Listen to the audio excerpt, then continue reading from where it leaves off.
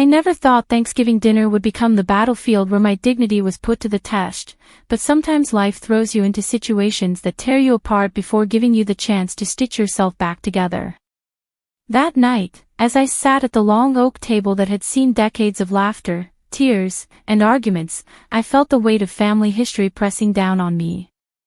I had always considered my home to be the gathering place, the safe haven, the place where my children, their spouses, and my grandchildren could come without fear of judgment. Yet this year, the warmth of the season had been replaced by something icy, sharp, and humiliating. We had barely made it through the turkey when my son's wife, Claire, decided to drop her bombshell. She stood up, clinking her glass like she was about to give a wedding toast, but instead of words of gratitude, her voice cut through the air like a blade. Your free ride is over. Pay rent or leave my house. For a moment, I thought I had misheard her. My fork hovered halfway to my mouth as my ears rang and my heart pounded against my chest. The words hit me so hard I almost forgot to breathe. She wasn't joking. She wasn't exaggerating. She was serious, and she had chosen the one night of the year when the whole family was gathered, when laughter had just begun to replace the stress of cooking, when I had hoped for peace. Everyone froze. My daughter dropped her fork, the sound echoing far too loud in the silence. My grandchildren looked back and forth between us, confused by the sudden tension. And then, in the stillness, Claire went further. $200 a month, she said clearly, almost smugly. That's the rent for the guest room you've been living in. This is my house, and I won't carry dead weight anymore. I felt my cheeks burn. It was as if the floor had dropped out beneath me. I wasn't some stranger crashing at their place. I was the one who had helped my son get this house in the first place. Years ago, when he was drowning in debt and couldn't even qualify for a mortgage, I was the one who lent him the down payment. I was the one who signed as guarantor to make sure the bank would trust him. And now, here I was, humiliated in front of my entire family, treated like some freeloading squatter. The worst part wasn't the number she threw at me. It wasn't the money, though Lord knows $2,300 for a guest room was absurd. The worst part was the mockery in her voice, the way she made sure every single person heard it, the way she made me feel small, disposable, unwanted. My hands trembled as I set my fork down, and for a brief moment I thought about leaving the table without a word, but something in me wouldn't allow it. Pride, maybe. Or maybe it was anger, buried deep, finally clawing its way to the surface. My son sat beside her, silent, avoiding my eyes. That cut deeper than anything. The boy I had raised, the boy I had fought for, the boy I had sacrificed so much for, he just sat there, his head lowered, as if he agreed with her, or worse, as if he was too weak to stand up to her. I searched his face for any trace of the child who used to hug me tight and tell me he'd always take care of me. But that boy was gone, replaced by a man who couldn't even defend his own mother. The murmurs around the table started then. My daughter whispered angrily to her husband. My niece's eyes widened, and I could see the shock rippling through the family. Thanksgiving dinner had turned into a spectacle, and I was at the center of it, stripped bare in front of everyone I loved. I could feel their pity, their disbelief, and somewhere in the corner, even amusement from those who never liked me much. My humiliation was complete. I swallowed hard, trying to steady my voice, but Claire wasn't finished. You've been here long enough. It's time to either contribute or move on. I won't let you leech off us anymore. The word leech felt like a slap. She might as well have spit in my face. The thing about betrayal is that it doesn't come from strangers. It comes from the people you trust most, the people you've given pieces of yourself to, and when it happens, the wound isn't just on the surface, it cuts into the bone. I sat there, every eye on me, my son's silence like another knife, and I realized something inside me was changing. I could either crumble, let her words define me, and leave with my head hanging low, or I could stand. Slowly, deliberately, I pushed my chair back. The sound of the legs scraping the floor was louder than any of the gasps around the table. My knees felt weak, but I forced myself upright, my back straight, my chin lifted. The room was silent except for the pounding of my heart. Claire's smirk wavered for the first time, her confidence flickering like a candle in the wind. I looked around at every face, at the family that had just watched me be shamed. And then I turned to her. My voice was calm, steadier than I felt inside. I knew I had only one chance to reclaim what she had tried to take from me. One chance to remind her, and everyone else, who I really was. I took a deep breath and spoke 5 words that made her face fall. Check whose name is first. That was all I said.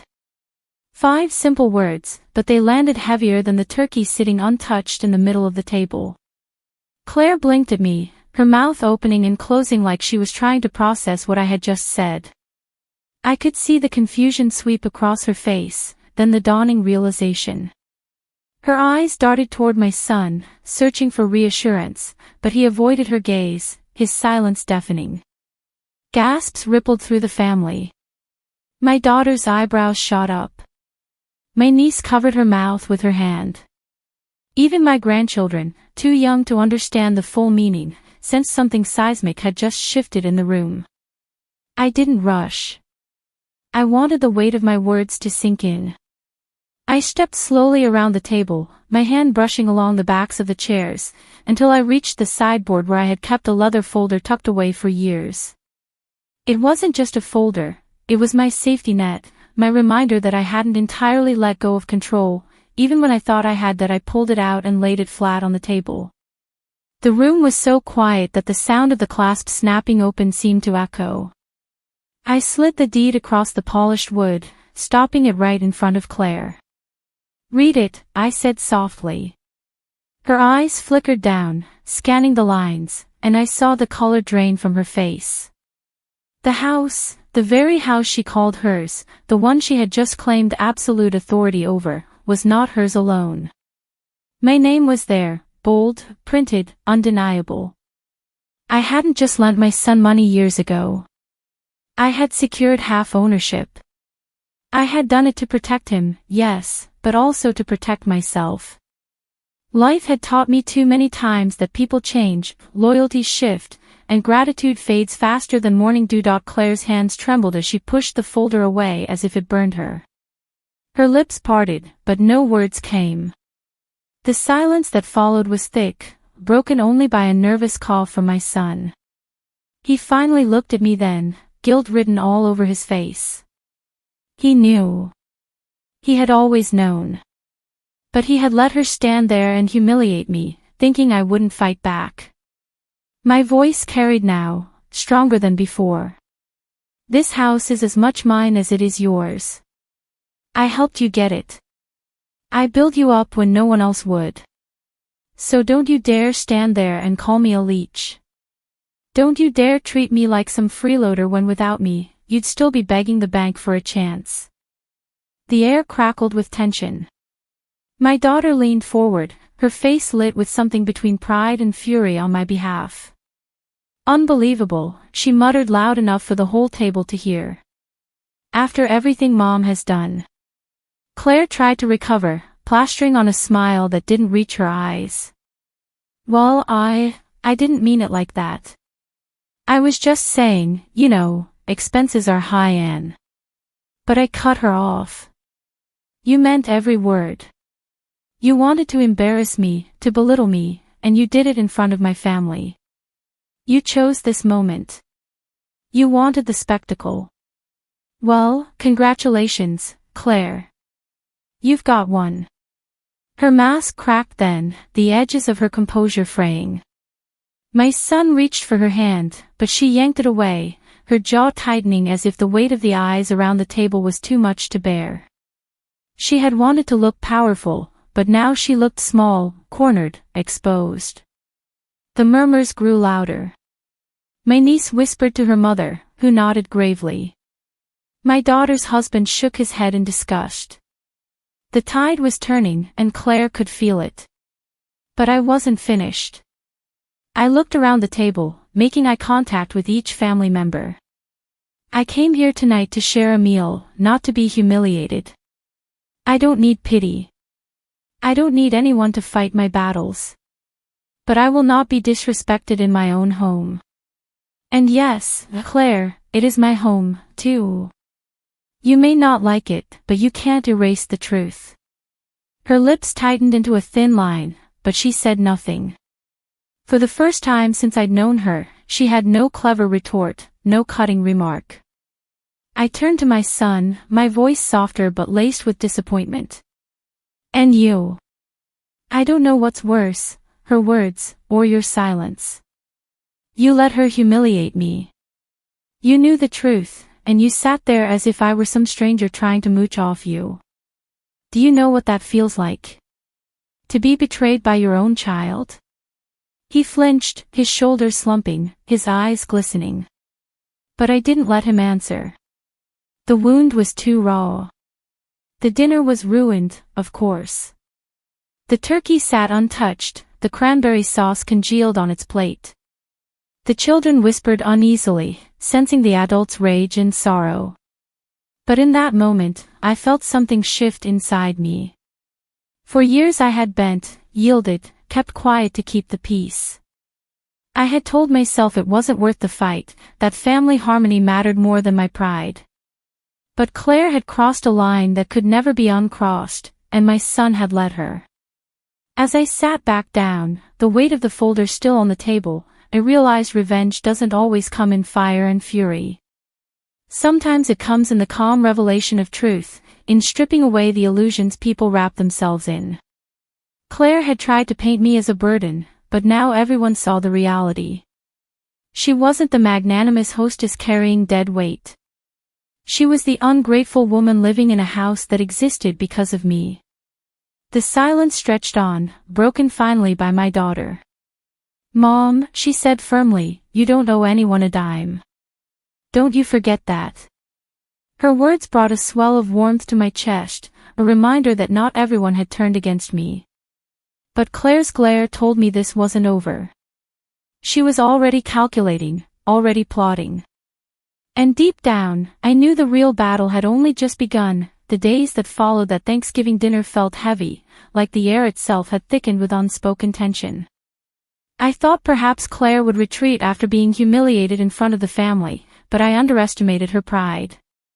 She didn't back down. If anything, she doubled down. It started with little things, subtle digs slipped into conversation, backhanded remarks about how expensive it was to keep a household running, and pointed comments about extra mouths to feed. At first, I let them roll off me.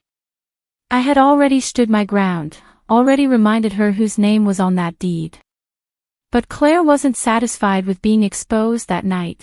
She wanted to win back her control, to re-establish her dominance. And she thought the best way to do it was to make my life in that house unbearable. She began with the kitchen. One morning I woke up to find the pantry locked. An actual lock, as if I were a teenager sneaking snacks. When I asked her about it, she smiled sweetly and said, "Oh, I just thought it would help with organizing. You can always ask me if you need something." The humiliation was sharp, but I said nothing. Then came the laundry. She moved my clothes out of the shared hamper and left a basket outside my room, a silent but clear message that I was separate, unwelcome. She stopped setting a place for me at the table, insisting it was just an oversight, but we both knew better that my son saw all of this. He saw every cruel gesture, every calculated slight, and yet he said nothing. His silence hurt more than her words ever could. I began to feel like a ghost in my own home, a shadow tolerated but not embraced, tolerated but not respected. Nights became long and restless, and I often lay awake wondering how it had come to this. I had raised my son to be kind, to be loyal, to understand the value of family, and yet here he was, letting his wife chip away at my dignity piece by piece. But if Claire thought I would crumble, she was wrong. I didn't survive decades of life's betrayals by being fragile. I knew she wanted me gone, and I knew she thought her little tactics would wear me down until I packed my bags and left out of sheer frustration. What she didn't know was that every slight, every cruel word, every cold glance was only fueling a fire inside me. The final straw came one evening when the family gathered again for Sunday dinner. This time it was smaller, just my son, Claire, the children, and me. Claire had cooked, and as we sat down, she made a show of placing the best cuts of meat on her plate and the children's, leaving scraps on mine. Then, with a smirk, she said, "I hope you don't mind, but since you're not contributing to groceries, I figured it was only fair you take a smaller portion." The children froze, their little eyes wide, and I felt my heart break that she would drag them into her cruelty. I put my fork down slowly, my appetite gone. I could have lashed out in that moment, shouted, screamed, slammed my hand on the table, but I didn't. Instead, I looked at her calmly and said, "Enjoy your dinner."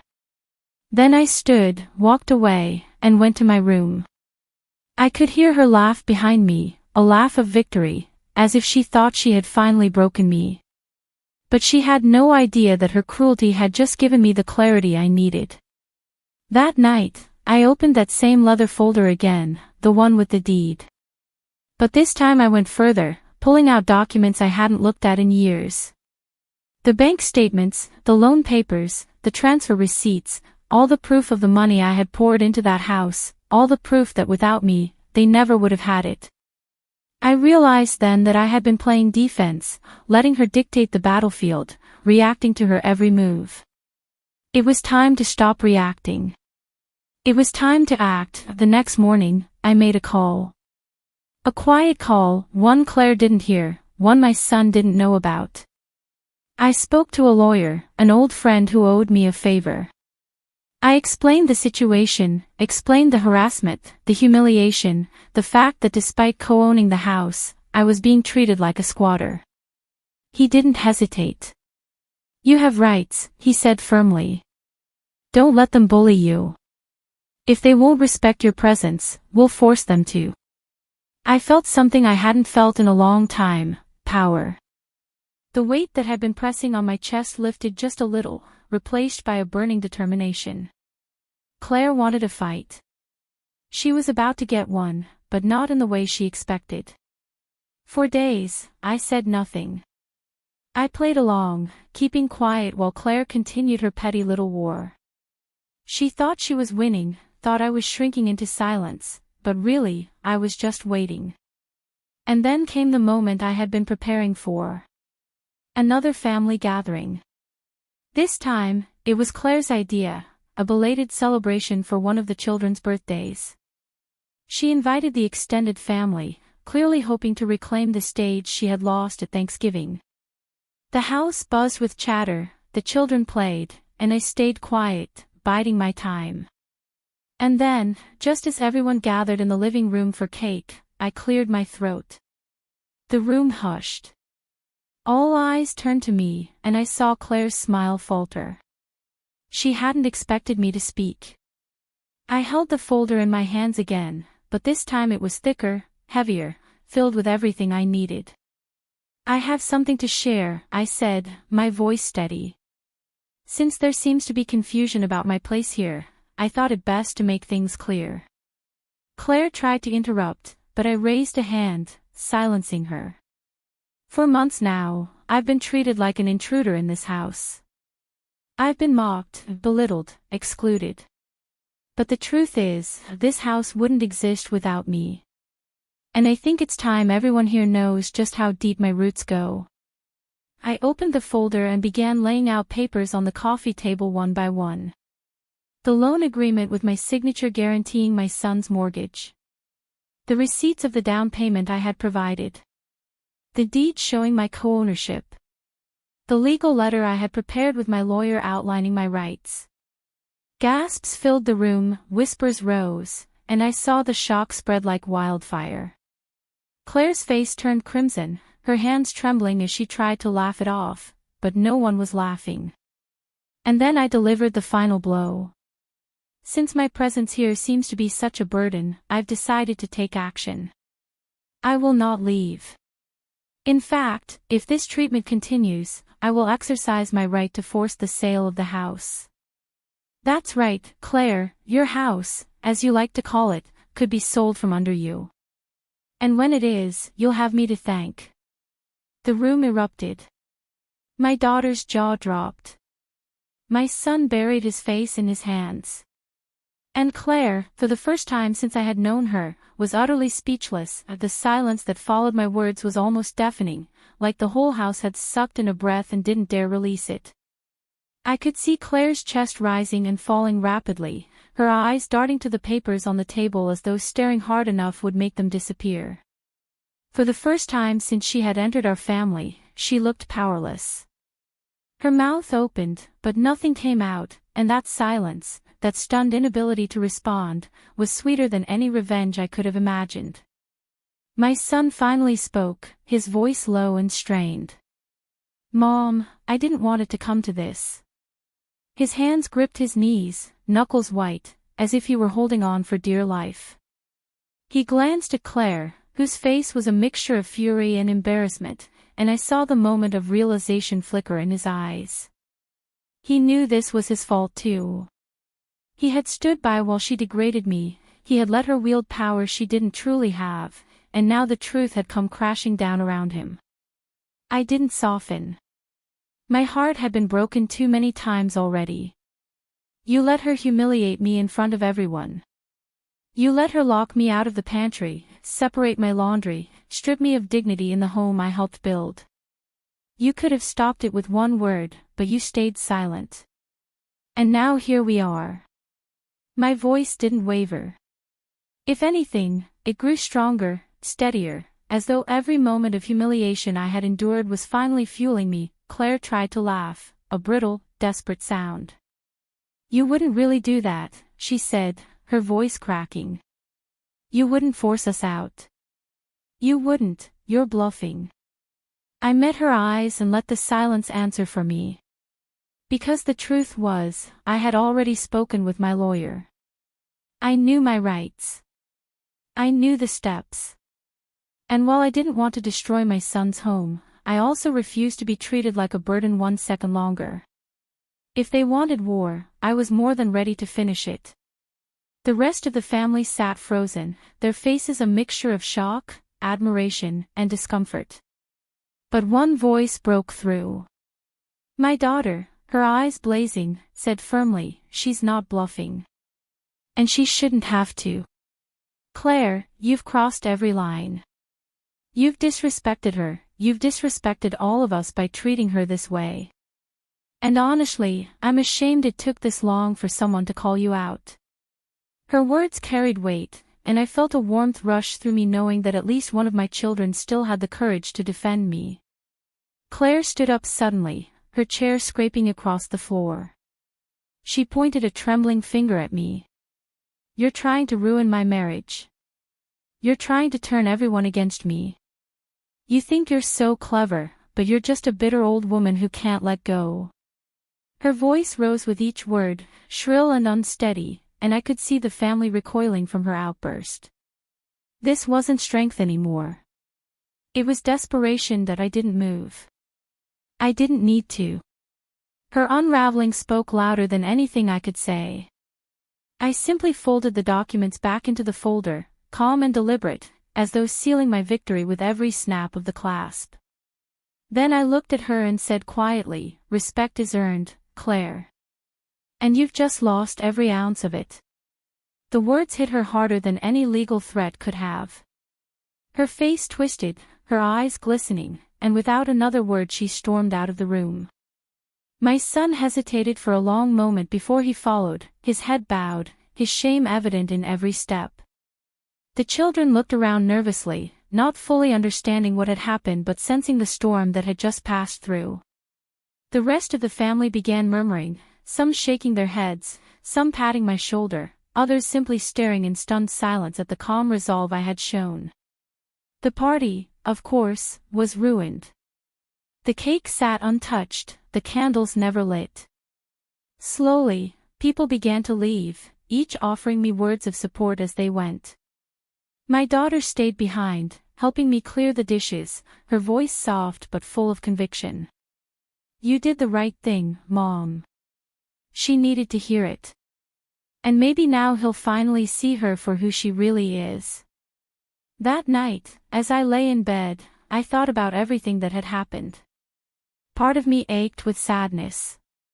This wasn't how family was supposed to be. Thanksgiving dinners weren't supposed to turn into wars. Mothers weren't supposed to have to defend themselves against their own children's spouses. But another part of me, a stronger part, felt something else: relief. Relief that I had finally stood up, that I had finally drawn the line. I wasn't a burden. I wasn't a leech. I was the reason that roof stood over their heads, and it was about time everyone remembered it. In the weeks that followed, the house was quieter. Claire avoided me, her once sharp tongue now dulled, her confidence shaken. My son began to change too. I caught him lingering in doorways, watching me with something like regret in his eyes, though he rarely spoke of it.